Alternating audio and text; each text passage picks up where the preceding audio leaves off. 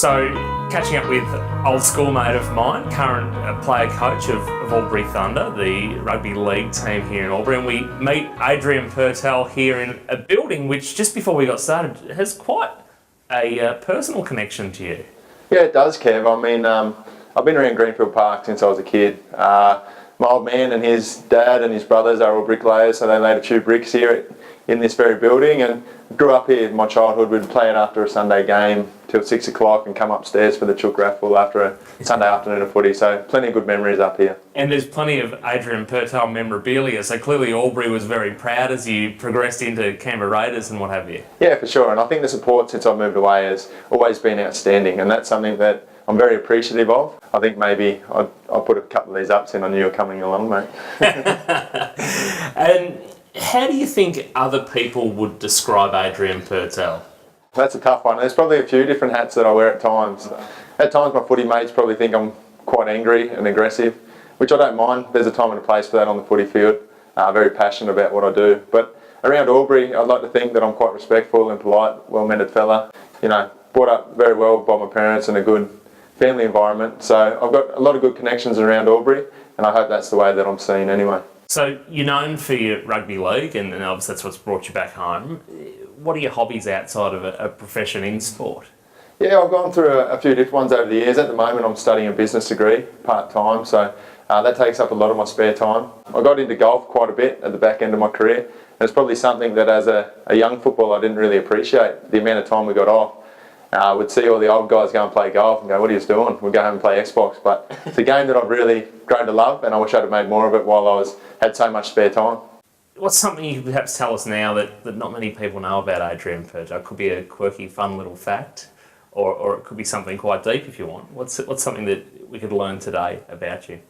Well, I actually got my first tattoo when I was 16. My sister actually was doing tattoos over Twin City in Wodonga, so my mum said I can go and get one at 16, and for some reason I got three sisters, and I was living at home with mum at the time, and they thought getting a little blue grumpy Care Bear was a good idea, so that was my first tattoo, and it's still there on the back. Got plenty of flack over the years, but just it's part of me now. So you've done a fair bit, as I said at the start of the interview. You and I went to school together, and you've got great local connection to Albury Wodonga, really good heritage. Plenty of people know the Purtell name for different parts of your family, not just your direct family.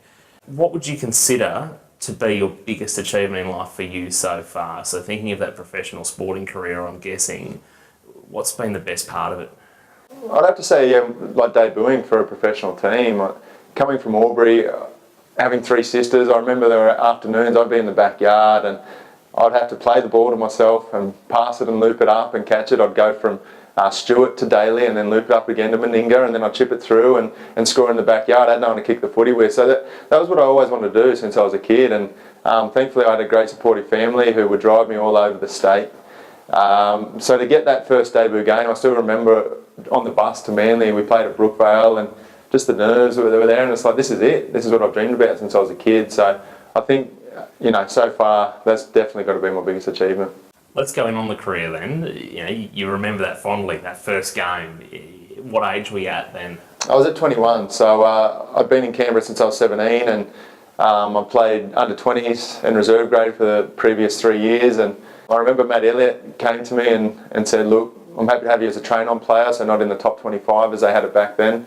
We can't pay you too much, but I'm happy for you to train with us and have a crack. And I was sort of at that point where it was all or nothing. I had to give it everything that one pre-season, and just everything went right for me. You need a little bit of luck in those things, a few other injuries, and it came to round one, and I had that spot ready to go. So, and thankfully I ended up making quite a good career out of something I love. So very grateful for the opportunities that I had. You've turned a hobby, I guess, into a career, passion into a career. With that, no doubt, has probably come some challenges along the way. You said initially you're not getting paid much when you're playing those sort of, you know, outside the 25. You get the name, you get listed, you get announced as a player in a game. Paycheck, impressive? Yeah, it was good. Yeah, it was decent. I mean, I was never one of the big time players or on these big dollars they're on now, but it was a very comfortable wage, but it was something that I didn't really know how to deal with, if I'm completely honest. Like I mentioned, I wasn't on big money before I debuted. Plenty of times after games I'd be asking the old man or mum if there was, you know, a couple of $100 to go out for a night on the town or whatever. So it was pretty tough early on, and then as you come into grade, I mean, your performance usually speaks for itself, and you earn that money by the way you perform on the field and your attitude at training and all that kind of stuff. But in hindsight, I know they're great now. They teach players about how to handle their money and be a bit smarter with it. Whether you could have told me that as a 21-year-old what to do with my money, I'm not too sure. I was pretty stubborn, still am, but you know, with all that money, there's a lot of distractions that come with it and a lot of opportunity to go out and have some good times, which I did. I don't regret anything that I did, but I definitely could have been a bit smarter with the money that I earned. Is that something that lingers around now? You've gone from, through a couple of clubs, you've gone overseas. Is that something that lingers that now in your head where you go, if I had my time again? Yeah, and I think that's like a lot of things in life. You look back and hindsight's a wonderful thing. But like I said, I had plenty of good times, and they're the things I've got to focus on. That's made me who I am today. I think I've come home and I'm in a really good headspace. It wasn't always the way when I first moved home, which was quite tough with retiring and stuff like that. But all these little experiences that I've had over the years, wasting my money, I'm now on a lot less, and I'm actually probably saving more than when I was on some big money. So all these little life lessons I've learned along the way, I think they've put me in a really good position and where I am today. So you've been at Raiders, you've got your first significant professional paycheck. Panthers was next, wasn't it? Yeah. What happened there? For anyone that hasn't followed your career intensively, what happened between the change of clubs? Yeah, and this is another hindsight story. At the time, I was at Canberra in 2008 and I had the best year of my career. We were going pretty well and I ended up finishing top of the try scoring tally that year for the Raiders, and it was me and John Monahan. I think I was on 15, he was on 14. I like to remind him of that every time I see him. Yeah, just had a really good year, and I remember Melbourne Storm flew me down there to have a chat about going down there, and the Raiders came back with a really good offer, and I was like, oh geez, can't say no to that. I don't know where that extra money that I signed up for is now. So, but in hindsight, I probably could have taken a different path footy-wise, but fast forward a year and I sort of fell out of favour with the coach at the time. As it happens in sport, like you're never guaranteed a spot, and I probably wasn't playing to my potential at the time, and he just sort of mentioned to me halfway through my first year of a 3-year deal that if I wanted to look elsewhere, I was more than welcome to. And when a coach says that to you, it's pretty obvious that's what you should do. And I ended back up at Penrith for a couple of years under my first coach, Matt Elliott. How does that feel when someone says it's essentially a personal attack? You're not going to cut it for 3 years. Yeah, have a look around. Yeah, it's tough, and I think there are a lot of the situations that general public don't see. They think, oh, this guy plays footy, oh, that's easy, and there's plenty of other pressures out there, and that's not to say other people in normal day life aren't under those certain pressures as well, but it's not as glamorous at times as it's made out to be, especially for the middle of the range players who can't just do what they want, like the big name players at clubs. But yeah, it was tough for me to take because I've been at Canberra since I was 17. I loved the club. I had a lot of good mates there, but when you're playing footy, you sort of get a sense for what's about to come as well. You know if your form's good, you know if your form's bad, and I sort of felt the writing was on the wall, and I got to a point there where my attitude probably wasn't the best at training either. So what I needed at the time, even though I probably thought I was hard done by or whatever, but that's life, you just get on with it, and went up and had a couple of good years at Penrith. So what leads to those attitudes? You said your attitude wasn't right. What leads to that? Is it the external pressure of expected performance, the pressure you put on yourself? At times, I think it's probably just ego at times, I reckon, and I see it a lot. You sort of get in that mindset, oh, I've been here for the last 3 years doing it, I don't have to work as hard as I did the first year. The first year I was at training, I was doing everything I could to get into the first grade squad, and I mean that's probably the difference between some superstar players and me. They probably do the right things every single time, and it's not like I was way off, but like I said, for me as a player I need to be 100% in everything that I do, and then when you're not getting picked you feel a bit hard done by, and why me, etc, when really I'm in control of what I'm doing, if I'm getting picked or not, or training hard. So I think as I've matured, those egotistical thoughts have got less and less, and like I said, I think it's built me up for a successful life after footy anyway. Yeah, so you spent some time at Panthers, you've ended up in the UK. What was that transition? How did that transpire? I still remember actually, I was having lunch with my manager at the time, David Riolo. We were just at a sports club in Western Sydney somewhere, and I was halfway through the season at Penrith, and again the team was struggling. Our coach was under pressure, he was just about to get sacked. We were under the pump because we finished second the year before, and we weren't winning too many games. And it was just around the time that social media was starting to take off as well, and Twitter and stuff like that, and you start to realise that anyone could start having a jab at you. And I was going, oh, wait a sec here, Dave, like I'm not enjoying this as much on a personal level at the moment. You know, what can I do? And he said, would you go to England? I said, yeah, why not? I was single, a young bloke, what an opportunity. And he actually had a phone call over lunch with Mick Potter, the Bradford coach, and said, look, if he wants to come, we'll sign him up now. And pretty much within an hour I decided I was going to go to England. Yeah, it was a great opportunity and a great experience, and one that, again, I'm very grateful that I got to experience. How long were you in England for? I was over there for 6 years. So I played for Bradford for 5 years. I lived up in Leeds, which is in the north of England. Then I moved down to London for a year, and that's where I spent my last year over there before moving back to the hometown. So whilst over there, back home here the news broke about a heart attack, is that right? A heart condition. What happened there? Yeah, it's crazy really. I mean, 6, 7 years later, it's hard to believe that it actually happened. But at the time, I couldn't believe it happened. I mean, it was a hot day. We were playing at Manchester City's ground. It was on the Magic weekend, a great occasion where they bring all the teams together and play on the same day. And we played the game. It was hot for England. I think it was mid-20s or something like that. It was like a heat wave over there. And you get accustomed to the cold, but I still remember we finished the game and I had a shower and all that kind of stuff, and went to go to the team for a team feed, and I just felt like a bit of heartburn. I just said to the doctor, oh, look, I don't feel right here. And like everyone else, we thought it was just a bit of heat stroke for that day. It was quite a physical game, and he put me on the drip and walked me up to the bus, and it just wasn't getting better. I was getting more and more lethargic. The pain was getting worse on my chest. Yeah, just what transpired after it, I'm just so lucky really, because we're on the team bus to go back to Leeds, which is about an hour drive. And sometimes on their motorways they get locked up, the traffic's terrible.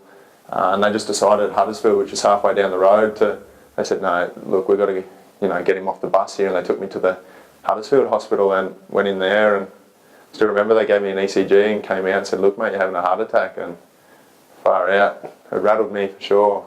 And then they put me in the ambulance and took me to Leeds hospital, mate. So yeah, the way it worked out, like if they didn't pull off at that intersection, I'm in blocked traffic on the way back to Leeds, and you hate to think what would have happened, but thankfully they got me in the ambulance and got me to Leeds quick, smart, and here I am today, fit and healthy. Exactly what happened? How severe was the heart attack that you had? Yeah, it was full on. When I got to Leeds, I was full of morphine, so I was a bit delirious. I wasn't really with it. They put me on the operating table. Apparently I was on there for an hour. It felt like a second really. I had a blockage in my heart, so they put a tube through my wrist, they perform an angioplasty where they blow away the clot, put a stent in there to open up, and yeah, that was about it, mate. But it was pretty serious. I don't know. I didn't really ask the doctors how far away it was. I don't know if they could give me that answer, but it was a pretty scary time. How did that change your life, that moment in time? My head was all over the shop, really. The night that I was in hospital, I still remember I got up and I was talking to the nurses, and I felt like it didn't even happen. Like as soon as they got rid of the blockage, I felt, 100% again, and it was crazy. I was thinking, what's going on here? And straight after, it was really tough. I remember I had a couple of times, Mum and Dad flew straight over. I think they were in the hospital a day and a half later. A few times I just broke down. I was in tears. I was like, well, what do I do now? I've been doing a business degree for maybe a year, and I've done football since I was 17, and that was my job, and I still had 2 years on my contract, and yeah, it was a really tough time. But thankfully I had Mick Potter, the coach, who was really supportive and just said, look, we'll just give you as much time as you need, just see what the doctors say. And went and saw one cardiologist who said I wouldn't play again, and that was my biggest fear. And then I went to another one, and he said, look, just go and see this one guy down in London. He's the best in the business. He specialises in guys from 18 to 30 and works with a lot of the Premier League teams. So just go and see what he says. And I went down there, I went through a stress test, he did an ultrasound, MRI, everything, and he came back with the news that he thought my heart would be right to go. The way he explained it was just, I've had an operation on my thumb. He goes, your thumb's got a scar on it, but it still functions fine. He goes, if you can put that out of your mind, that your heart's going to work fine, then go for it. And, I spoke before about being stubborn. I think from the moment that I could walk after the heart attack, I just had the one mindset that I was going to get back to playing footy. I didn't know how, but that was my goal, and I wasn't going to stop until I got back there. And I didn't really think about anything else apart from that. So when I got that news there, I was over the moon. Did it have a financial strain on you, that episode in your life? Did the club that you were playing for at the time support you through the entire moments? Yeah, they did, and that's something that I'm very grateful for. It's a cutthroat business, sport, and quite often you'll see, players get hung out to dry, but the coach was really supportive of me, and the Bradford club was really supportive, not just of me through the heart attack, but just as a club. It's just a really tight-knit group of fans, and that made the experience over there even more special. But in terms of the club, it was about a 9-month period. So, you see guys with ACL injuries and stuff like that who were given that time, but mine was a bit different in the sense that no one knew that what was going to transpire from the doctor's report. I could be done for good. So I do really appreciate that they gave me that time. They didn't put the pressure on me, and as excited as me when I got that good news. What have you learnt about the heart? What have you gone on to do with your incident? Did you end up doing some ambassador work perhaps for heart research, was that right? Yeah, so there's a charity based in Yorkshire, which is where I was from. Leeds are based in Leeds, and Heart Research UK. So again, it's one of those things when you think, you're bulletproof as a footy player, young, nothing's going to happen to you, and you don't really want to spend too much of your time doing things for others. And the amount of support that I got through that experience, I just thought it was something, not that I needed to do, I wanted to do. Being professional over there, it gave the charity a great platform for me through the footy club and through the media over there to get some more exposure for their charity. And it was just a great experience to go around and see younger kids in hospital and people that were in a worse position than me. So yeah, I did that ambassador role with Heart Research K for the 5 years that I was in Leeds. When I moved to London, it was just wasn't feasible with it being based in Leeds, but that was another experience that I'm really grateful to have had.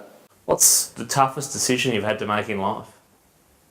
I still look back to that contract when I had an offer from Melbourne Storm and I stayed at Canberra. And then when you put that into perspective for life, I guess that shows I've had a pretty lucky life, really. My biggest decision was who I signed with at a footy team. So, but I just still remember, and I didn't sleep much for the 2 weeks. So I think in my heart I knew where I should have gone, but then in my head I was just, thought more money, I was comfortable in Canberra.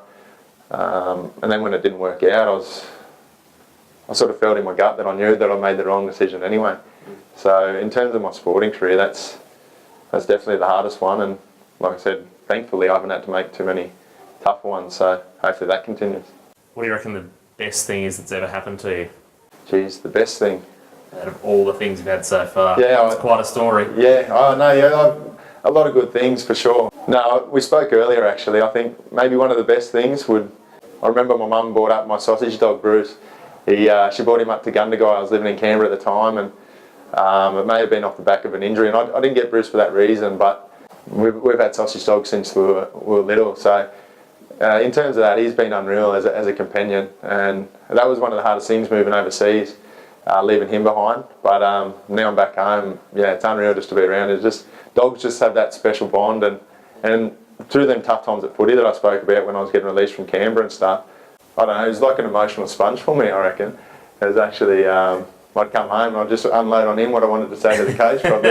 So thankfully he can't talk, but yeah, that was a good day when Mum brought him up. How old is he now? Yeah, so he's 10, so he's getting on. But I don't know, people probably see him down the street in Albury. He's just a coffee guru. He's down there with my mum pretty much every other day. So every coffee shop he goes to, they get him a baby chino and that. So more people know him down the street than me. So you seem very fortunate now as you sit presently with your life.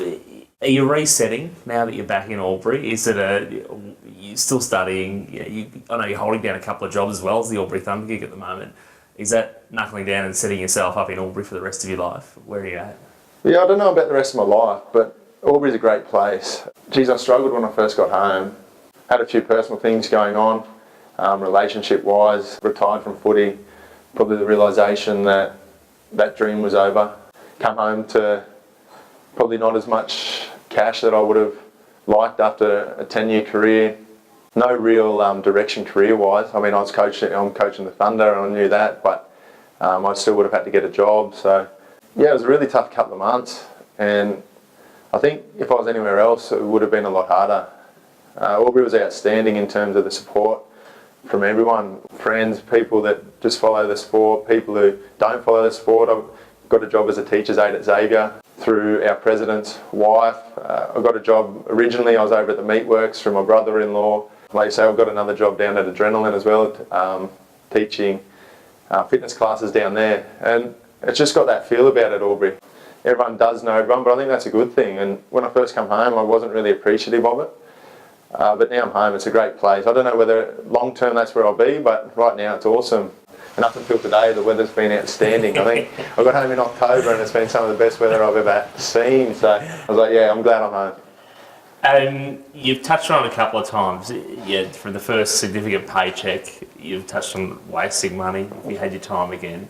What are some of the things you've wasted it all? Now that you look at it in hindsight, what have you wasted it on? Yeah, I mean, there's some stuff that, I mean, the material stuff, I've had really nice cars for about 10 years and yeah, you know, like they made me feel good at the time, but now it doesn't make me any different of a person.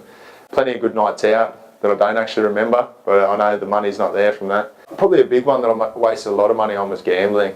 And that's probably the disappointing thing over the years, because that really is a waste of money. And, you know, I was sort of through a mindset that, oh, well, I've got another good paycheck coming in, so if I do that, there'll be more coming in. But eventually one day it's not coming in, and I guess that's the hardest point, to look back at that money that I just pretty much threw away gambling.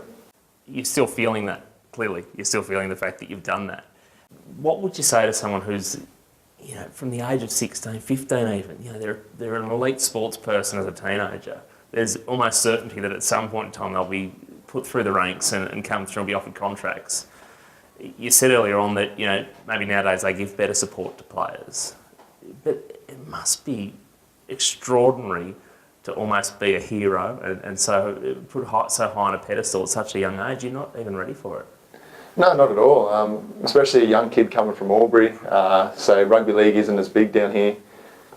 You go up to Canberra, and Canberra's a one-team town, and everyone loves the Raiders, like you say. And then you're around other guys who are in that same situation, and you got all this time off, and you're just thinking, how good's this? Like, it is, it's like a dream. I assume everyone is the same as me. That's what they wanted to do since they were young, and you've got this disposable income and all this spare time, and so like you almost find ways to get rid of your money.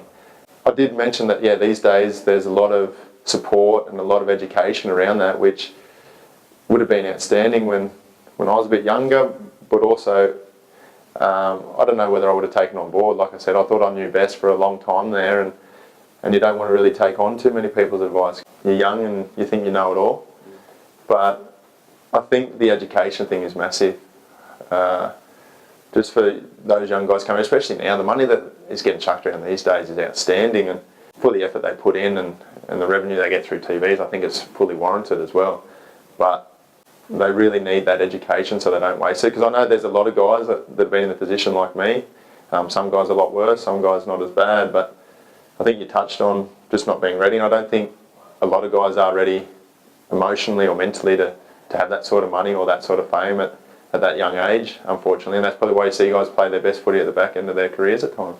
If you could be anywhere in the world tomorrow, anywhere, you know, no matter money, where would you be? What would you be doing? Who would you have with you? I'm thinking Bruce. Yeah, that's a good question. Geez, my priorities have changed. I mean, if you had to ask me maybe even before I moved home, I might have said somewhere like Vegas with someone like John Monahan and just enjoying the sights and sounds over there. But you know, I'm a new man now. Now I'm home, a bit more grounded, a bit more settled down. So I'd just like to be somewhere a bit chilled out, whether that's somewhere in the Greek islands, maybe the Maldives or something like that, kick back. Bruce would like it.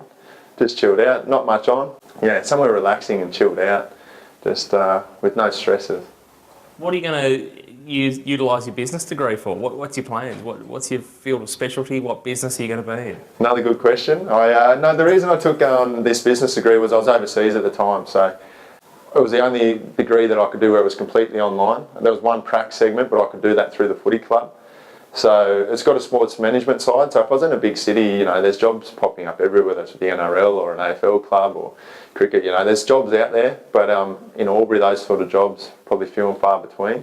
So I've actually, now that I'm teacher's aide, I'm tossing up whether I do my dip ed, so take on teaching, because I know I can probably do that in 18 months or something like that. So I've got a few options there, and that's all it's about, giving myself some options, so when I do try and enter the workforce properly, that I've got the best opportunity to gain employment. So we sit down again, let's say 5 years from now. What do you think? Are we sitting in the same spot? Are we sitting in the Albury Thunder club rooms, or will you have got the qualifications and turned into something else?